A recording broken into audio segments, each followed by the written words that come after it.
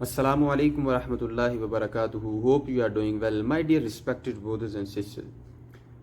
There is mention a hadith in Sahih al-Muslim. The Prophet of Almighty Allah said, "Man satara musliman satarahullahu fid dunya wal akhirah."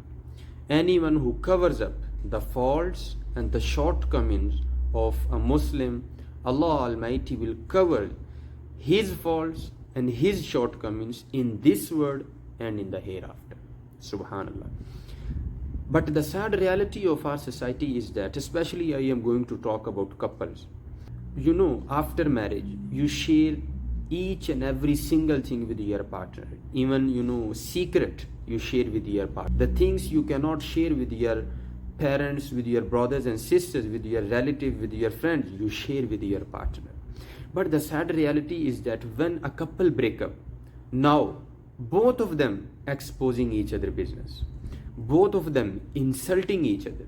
And remember, my dear respected brothers and sisters, if you are insulting a woman after breakup, if you are exposing her business after breakup, then you have failed as a man, and vice versa.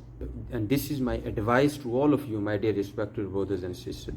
If your marriage didn't work out and you have passed through divorce, do not insult each other, do not expose each other business.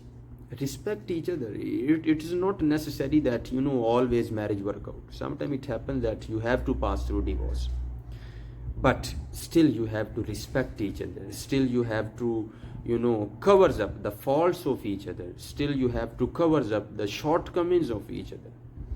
Islam does not allow you to expose your wife business or your husband business.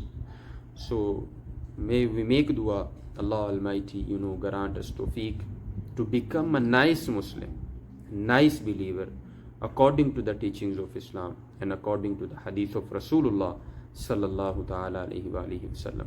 Assalamu alaikum wa rahmatullahi wa barakatuh.